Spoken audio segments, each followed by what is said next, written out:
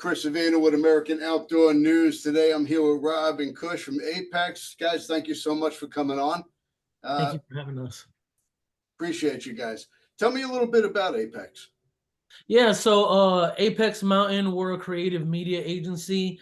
We've technically Apex Mountain was, brought up about in September of last year, right? Right, Rob? Yep, September of yep. last year we started documenting in the space. But we're a creative media agency. Our goal is to bridge the gap between the urban and the outdoor markets. We're from South Florida. We don't get to walk outside and see mountains and really cool trails on the side of a mountain range. So, even though we are part of the flatlands and we see big lizards like gators and iguanas, and I guess we can technically hunt deer down here and hog and turkeys. It's in the city, it's not a common theme, right?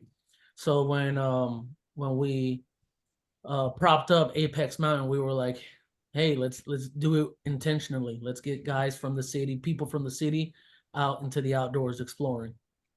How did you get into the outdoors?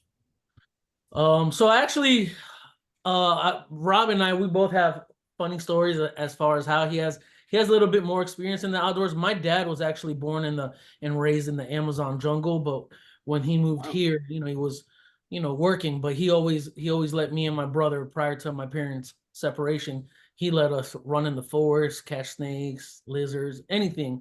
But then, when they divorced, we moved to the city and we pretty much just found our way in the city. And it wasn't until, well, I don't know, 2 years ago when I'm a marketing professional. I got hired on to rebrand and lead the partner marketing efforts for an ammunition company, that I got the zest back in my life. I was like, oh, wow, this is an entire space that exists for people who love the outdoors, people who love guns and the Second Amendment. And Rob and I, we actually had physical square footage. We owned another business. And well, Rob, I'll let you speak there because I've been the one taking up all the airtime. No, it's cool. Yeah, Chris and I spoke a little about this. I don't know, you can see the audio gear in the background. Yeah, so we had a recording studio in West Palm Beach that we built. We opened in 2017. We had a lot of really clientele from all over the world. We did, genres from everywhere: Afrobeat, R&B, hip hop, even some country music in there. And we're really well respected in the industry, and we're proud of that. And we had a lot of things. We fought against the pandemic like a lot of businesses did. We had to learn how to pivot there. And like he said, I think just hearing Kush talk about some of the things that he was experiencing as he was working at this company doing marketing and branding for outdoor stuff, it kind of re-sparked that, because my dad's from Tennessee. He grew up hunting, fishing. He was that guy, always had us out somewhere in a deer stand or, hunting turkeys. And I was very involved in that as a kid, but, I was a teenager and found the mall and arcades and girls. And, I was like, yeah, I don't want to sit in the deer stand for 5 hours anymore, Dad, but I love you.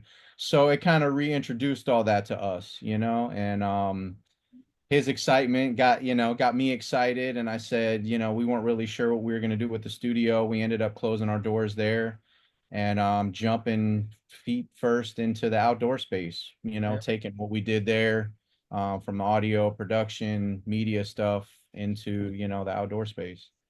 Yeah. And it's been amazing.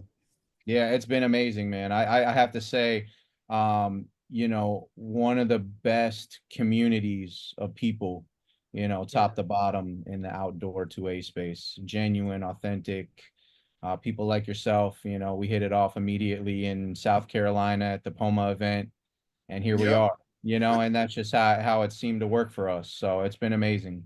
Yeah, it is a welcoming community. It's a business like anything else, sure, but it is people all willing to help and spread the word. Yeah. Amen.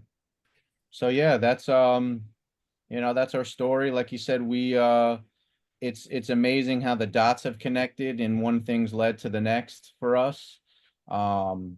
Because I'm very it's our dynamic is very cool in this space. Kush is the brain and the marketing and the branding and the driver sometimes, and I play off of that. So it's cool that we've found this niche and this flow, Yep. because we don't know. We had a business, we had guaranteed clients, we had money every month we closed that, and jumped into so we really didn't know what to expect. And If I can jump in here, I want to say that we didn't close our business because we were struggling or anything like that. The reason yeah. we actually closed our business is COVID almost took Breezy out. He still has his trach scar, and it's actually there's a short documentary in the works for that. But we had a massive faith calling, and that year that was transitional for us and pivotal. We both found the Lord, and then we've seen just under 400 clients in the 7 years that we were open, and the music and the level of work that we were doing was no longer resonating with who we were as people and our purpose. And so when we closed our doors, it was tough. We had a team of 10 employees. We told them, hey, God is moving us to the outdoors, because say what you want, like we love the Second Amendment. We're all pro 2A. When you get to go to some of these range days, some of them are nestled in the mountains, some of them are on big farms. There's a level of like power that you feel from the outdoors, like literally, like, man, it feels like God country, and it's Yep. that's the reason why it was easy to make the decision, but difficult to transition, because letting go a team of 10 and then closing our doors. And, here we have our own setups in our respective spaces, but yeah, our faith was the deciding factor there, so. Yeah, the driving factor for sure. Yeah. Yeah. Well, COVID was an eye opener for a lot of people. Yeah. It did change a lot of the way we do business. You don't need the big office spaces anymore. They found that the remote works just fine. And we did find a lot of people moving more into the outdoors during COVID, just to get out of the house, just to breathe and feel free again. And, it was confining. And now it's coming out that it was all bullshit. Yeah. Yeah, a lot of people felt trapped for sure. Yeah, that was what a strange time in human history, right? I got to say that I never complied with it. I never stayed home. I came to my office every day. I did what I needed to do. I went grocery shopping. I went out. Granted, we weren't hanging out with friends because, the way things were. But, I just felt like my freedom was being pulled out from under me. And I was kicking and screaming. I'm like, no way, I'm not doing it. Yeah. I mean, Well, I had COVID twice. You obviously had it. We're still here, Yeah. absolutely. Thank God. Yeah. Yeah. Yeah, for Yeah, sure. and as business owners, thankfully we're in Florida, so DeSantis was a little more lenient. He said you guys can remain open under these provisions, and we found all the provisions that would allow us to have our team there if they wanted to be there. We understand. You're the driver of your business. At the end of the day, it all lands squarely on your shoulders. So if our employees were like, oh, concerned with health, because there was one of them who had some serious issues, we're not going to make them come in. We're like, oh, so Rob and I, we stepped away from the helm to actually work in the business, and that's thank God for the ability to be able to do that and pivot as well. We made it through. That all God is willing. in our rearview mirror, and here we are again. Things are kind of back to normal. Whatever normal could be. Yeah. And, it's funny you say that. I think I felt that. I don't know where I was at, because things were they just felt funny for people wearing masks, and, it just didn't feel normal, and I think about a month ago, I was standing somewhere and just not even consciously looked around, and it felt like you know, there wasn't really any signs of the pandemic anymore. You know, none of the stand 6 feet apart and someone behind the plexiglass and, Yep. you know, looked like it did in 2019. So, But yeah. every once in a while, you'll be driving along and you look over next to you and you see some idiot driving in the car alone, wearing a mask. Yeah. I was Yeah. probably that guy a couple times because I was doing Uber for a while. So I would see people at the light like, what is this dude doing? But I literally was about to pick someone up in the truck. So I'm like, I'm gonna just keep this thing on. You know, funny enough, when I was the partner marketing manager for the ammunition company, I was actually on a flight headed to That's leaving right. San Diego Yeah. when it came over. The pilot comes over and says, "Ladies and gentlemen, the federal government has said we're now allowed to travel without our masks." The airplane erupted into Yeah. woo, because there's a for every, I don't know, every one of us who doesn't like to wear masks, there's like 10 people who do. So it was like we were Yep. walking on, it was the email specialist and myself walking onto the plane, and I was like, man, look at all these masks. Cause I was like that myself. I didn't like wearing masks. I didn't wear masks unless like it was absolutely required. And Yep. I'm not, I've never really been one to be like, oh man, I can't function without a mask. Cause I still see people till this day at the grocery store with a mask on, and I'm like, It don't do anything. yeah, no. It didn't prevent anything. Yeah. Yeah, it was. You're gonna get it. You're gonna get it.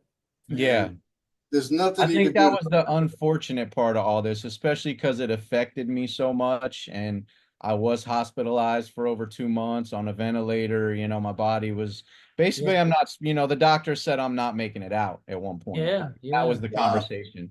I coded a few times. They brought me back, you know, whatever. Like I said, divine intervention, you know, Sure. you know, God had another plan for my life. So, but yeah, it's unfortunate as to, you know, because it affected me so much. And I know people that it affected to then find out like just so many things that were done wrong and all these protocols and all these things that were just, you know, it's just, I was Yep. almost for me, like, you know, like it added insult to injury on the end Yeah. for me. So, Well, to um, me, I felt like it was a test run to see how fast people were willing to give up their freedom sure. and fall into line like a bunch of sheep, and get the injections. They had promotions up here. I, who was it? Wasn't that was that New York where the guy's like, you got a free burger and fries? Who was Oh, it? Yeah, yeah, you Remember, get a he's like, free so you're you get telling a me I free get the large burger fry with a vaccine. and Get I the get the hell out of fries? here. Well, Yeah, Chris, that's when it was I like, don't know. Here in South Florida, so we're entering hurricane season. You Yep. talk about pandemonium.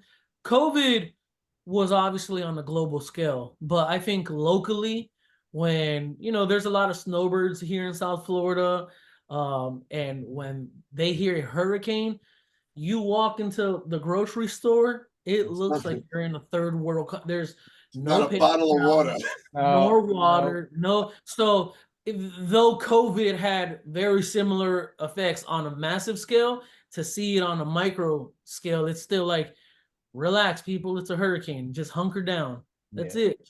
The difference is you walk into a grocery store before a hurricane and all the water's gone. All the Yeah. food is gone. Yeah. During pandemic, there's no toilet paper. no toilet paper. Plenty of food, plenty of water, no toilet paper. No toilet paper. Yeah. Yeah. Oh And man, if you're anything like me, I stock up. I got a Costco membership, and I have 3 children, my wife, so I don't like going supply shopping every week. So I'll just get the Yeah. big rolls, get 2 or 3 of them, and then just stockpile them. And So, when and you have there's a cool. family, There's it goes people like quick. that in our space. Yeah, yeah, there's preppers in our space. That's what's oh cool yeah, about the 2A community. You have like the tactical side, the home defense, and then the preppers. And I have we work with influencers, and one of our influencers, he has a massive channel on YouTube, and he has a segment where he'll invite preppers to come on and how they prep for the end times. It's incredible to see.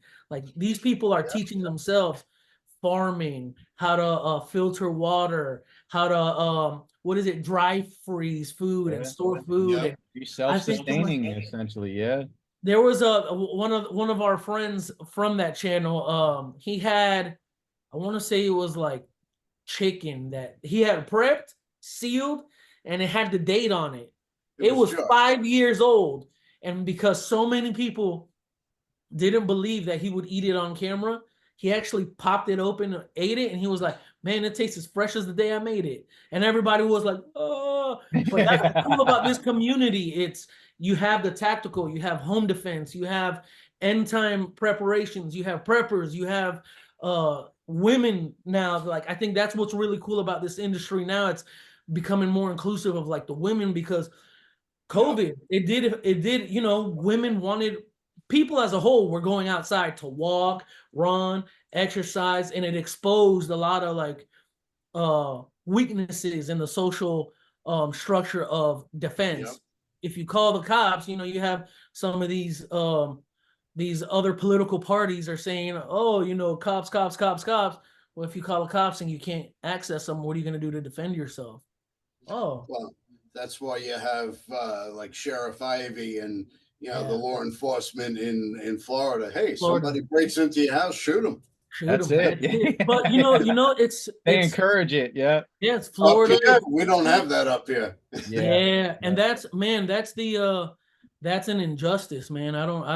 That's where I firmly like disagree with like New York and California, man. I think limiting the liberties of Americans for self-preservation, because really, if you think about it, get all the way down to it, the Second Amendment is about self-preservation against Yeah. federal government, against I would say. threat, against enemies, against Well, someone trying to get into your house. That's the whole thing. People, what do you need that kind of gun to hunt? Second Amendment had nothing to do with hunting. Second No. Amendment is about Yeah. protecting yourself from a tyrannical government. Government. Period. End. Yeah, Yep. that's it. It's actually I remember I studied that in for one of my college courses, and I actually wrote a paper on it because I think I was one of the only pro 2A guys in the class. And you're talking there's younger people in the class, and I was like, man, it's what you guys think the 2A space is not that at all. We're framed as freaks, or you love guns more than the safety of others. No. We're not out here, assaulting or terrorizing communities. This is for if someone tries to come towards us and threaten our liberty, be it our liberty to live, our liberty to move about freely from government. And so, when I wrote that paper, I had to present it, and people were like, "Oh!" And obviously, my professor was super liberal, and he was like, "I will say this: I don't like the how you presented it." He goes, "But you articulated it very well because it's I've never heard it argued the way." It's part of the American dream, right? You come from China, a communist country where they don't have a right to bear arms, to the United States, or you come from the Middle East or wherever country people migrate from. Socialist countries. Not Socialist allowed to own, countries. not You allowed come to own here, guns. you're like, I can own a firearm? Yes, Yep. 100%. And it's usually like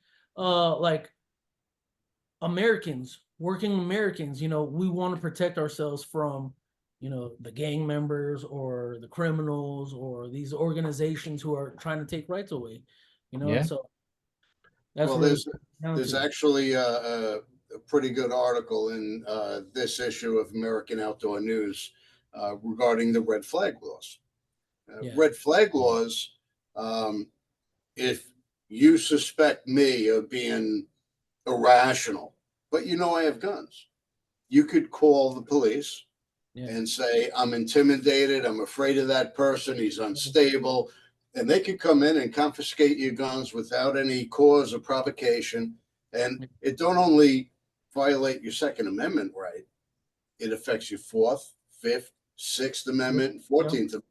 Your right to a free trial, a speedy trial, the right that you're innocent until proven guilty, it goes on and on. They're just basically stomping all over your constitutional rights with the red flag laws, and people are going along with it. Have you seen the YouTubers who they're called Second Amendment auditors, or Auditors? they're the auditors. They go on to like federal government properties with cameras, and they're recording, and those dudes are awesome. they're awesome. Like, hey, you're violating our constitutional right. Yeah. And some of these, and it's not just police officers. It's also, people who are working in these buildings. Like, camera people have a right to record, right? It's part of the Constitution. Sure. And so violating any part of the Constitution is violating the entire thing. So it's interesting to see how just in our space we're able to push and create more room for people to say, hey, yeah, come in. You want to own a gun? Come in. Like, you want to protect your house? Come in. Your family, yourself. You work overnight in a shady area? Come in. Like, this is for everybody. It's not just for hunters who live in Montana or Minnesota, right? So really cool. Yeah. Things have changed. Changed, and if we don't speak up, we're not going to have it. So 100%. Just keep fighting, keep doing what you're doing. I'll keep doing what I'm doing.